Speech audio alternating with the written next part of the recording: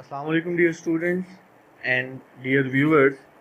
Rabbi shrah li sadri wa yassir li amri wahlul uqdatam min lisani yafqahu qawli. आमीन. Last lecture में हमने definition of law को understand किया था. आज हम डेफिनेशन के बाद उसकी एक ब्रांच जिसे हम बिजनेस लॉ कहते हैं उसे डिस्कस करने जा रहे हैं. बिजनेस लॉ से मुराद है it is a branch of law that deals with the laws concerning to trade, industry and commerce. यानी ये वो कानून की किस्म है जिसका ताल्लुक कारोबार से है, वो इंडस्ट्री की शक्ल में हो या छोटे एक शॉप की सूरत में, जिस भी शक्ल में हो, यानी इसका ताल्लुक कारोबार और कारोबारी उमूर से है. इसमें कौन कौन से कवानीन शामिल हैं? यानी कॉन्ट्रैक्ट्स हैं, law of contracts, sale and carriage of goods, partnership and companies, negotiable instrument, insurance and arbitration वगैरह. यानी ये वो कवानीन हैं जो इस एक टर्म बिजनेस के साथ अटैच हैं. यानी ये वो सारे कवानीन हैं जो डायरेक्टली और इनडायरेक्टली जो है वो कारोबार के साथ अटैच है. तो हम आज जो है वो इन तमाम उमूर में से पहला जो मामला है कॉन्ट्रैक्ट, उसके मुतल्लिक डिस्कशन करेंगे कि कॉन्ट्रैक्ट किसे कहते हैं, इसकी तारीफ क्या है, इसको किस तरह से हम बयान कर सकते हैं. तो कॉन्ट्रैक्ट एक्ट 1872 उसका सेक्शन 2 सब सेक्शन H है जिसमें कॉन्ट्रैक्ट को डिफाइन किया गया है कि कॉन्ट्रैक्ट से मुराद है कि an agreement which is enforceable by law. बड़ी मुख्तसर सी तारीफ उसमें बयान की गई है मगर बड़ी जामे है. क्या कि कॉन्ट्रैक्ट या मुआहिदे से मुराद है एक एग्रीमेंट जो कि एनफोर्सेबल बाय लॉ हो, उसे हम कॉन्ट्रैक्ट कहते हैं. तो इस डेफिनेशन को अगर हम देखें तो इसके दो हिस्से बनते हैं, दो पार्ट्स. नंबर 1 एग्रीमेंट और नंबर 2 एनफोर्सेबिलिटी. एग्रीमेंट से मुराद क्या है? एग्रीमेंट कहते हैं every promise and set of promises forming the consideration for each other is an agreement. यानी एग्रीमेंट से मुराद है वो वादा या सेट ऑफ प्रोमिसेस, एक से ज्यादा वादे जो कि क्या करें, कंसीडरेशन, एक दूसरे के दरमियान कोई तबादला करें कुछ चीज का जिसमें दोनों को कुछ ना कुछ करना हो.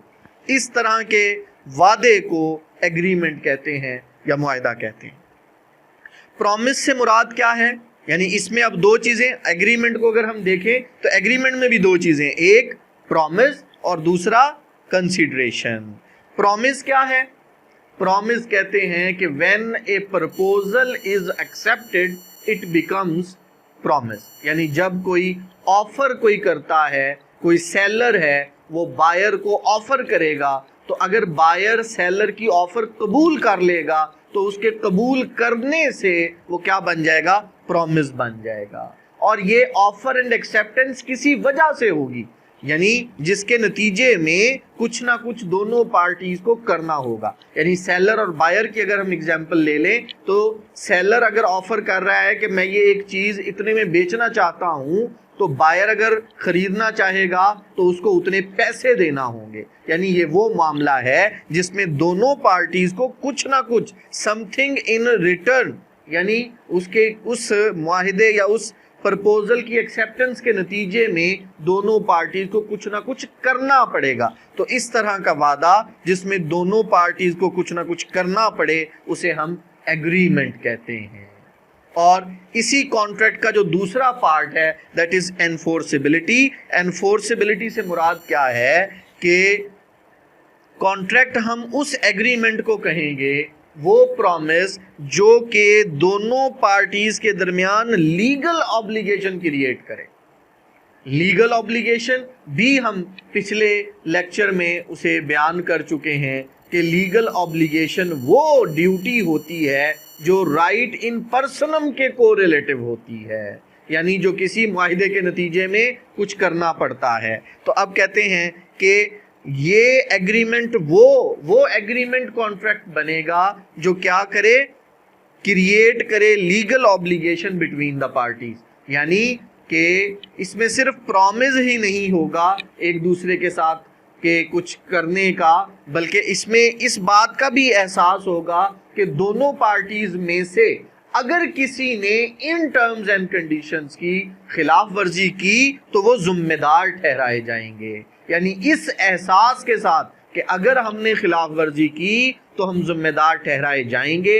اگر کوئی بندہ پرومس کو قبول کرتا ہے اس کنسیڈریشن کے ساتھ کہ انہیں اس کے بدل میں کچھ کرنا ہوگا, اسے ہم ایگریمنٹ کہتے ہیں. اور وہ ایگریمنٹ جو کہ اس احساس کے ساتھ کیا جائے کہ اگر اس کی خلاف ورزی کی تو ذمہ دار ٹھہرائے جائیں گے, ایسے ایگریمنٹ کو کانٹریکٹ کہتے ہیں.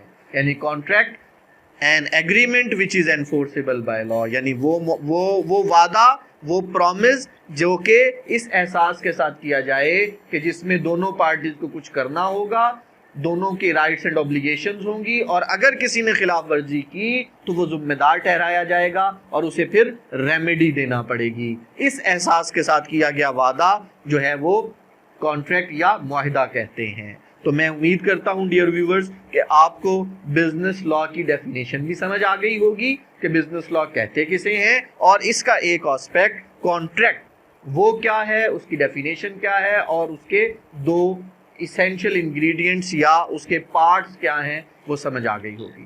اگر ان کے متعلق کوئی بھی چیز جو آپ کو سمجھ نہ آئی ہو, آپ کامنٹ سیکشن میں مجھ سے پوچھ سکتے ہیں, کوسچن کر سکتے ہیں. کائنڈلی آپ میری اس ویڈیو کو لائک کریں, اگر آپ کو پسند آئی لائک کریں, شیئر کریں, اور میرے اس چینل کو بھی سبسکرائب کریں تاکہ میں مزید لا سے ریلیٹڈ اس طرح کی ویڈیوز آپ کے ساتھ شیئر کرتا رہوں. Thank you.